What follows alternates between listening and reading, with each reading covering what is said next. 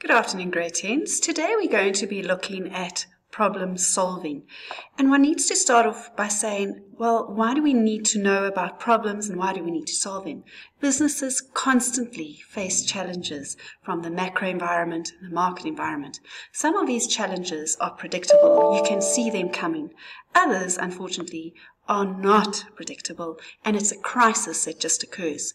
So businesses need to have tools in their pockets that they can use to help prevent problems from arising and to deal with problems when they do arise.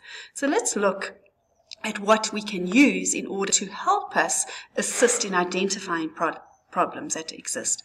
Firstly, businesses have what we call feedback reports. So once a month, you'll find that your financial manager, your marketing manager will have to put reports out about how the month has gone, where there have been pitfalls, where there have been successes, so that you can start monitoring any trends that exist. A sales report is also a good tool that can be used to identify problems. We might find that the sales of skinny jeans has decreased over the last year. And because of this, we now know we need to get rid of the stock because it's just taken up space in our retail store. It's also important to get feedback from customers. Remember, customer is king. The customer can tell you what the experience is in your business, right? I always value feedback from parents because it helps me identify my weaknesses so that I can improve. One also needs to monitor, and by monitor I mean you need to evaluate, you need to check up on your staff. So who's arriving late, why they're arriving late, just so that you have your finger on the pulse and that you can start seeing if there is a problem that can become quite a large problem. And then the last information that can assist in identifying problems is something that we call environmental scanning. So it's literally scanning the business environments, what's happening in the market environment, what's happening in the macro environment. And by doing that, one can prepare for crises that you can see coming in the future.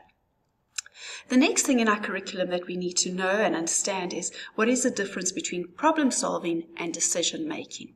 Okay, so I'm going to give you this scenario. It's not to do with business, it's just real life. So imagine that you are a young lady and you like 3 or 4 different boys, you find them quite attractive, and you have this problem because 2 of the 4 are interested in you. Somewhere along the line, you are going to be chatting to your friends. You're going to try to solve this problem of 3 boys, you like 2, 2 like you, which one should you go for?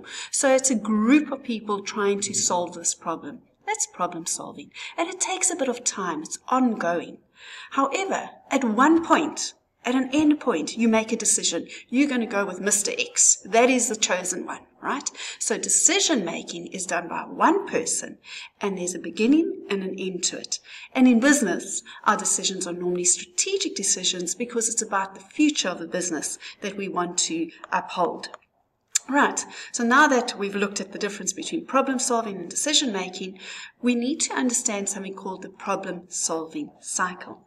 Now the problem solving cycle involves 7 steps, and it's in our curriculum from grade 10 to grade 11. Okay, so my suggestion is that you come up with a song or an acronym that you remember this from now until matric. Okay, so the first thing is So number 1 is you need to identify the problem. So let's say the problem in the business is that our sales have reduced year on year.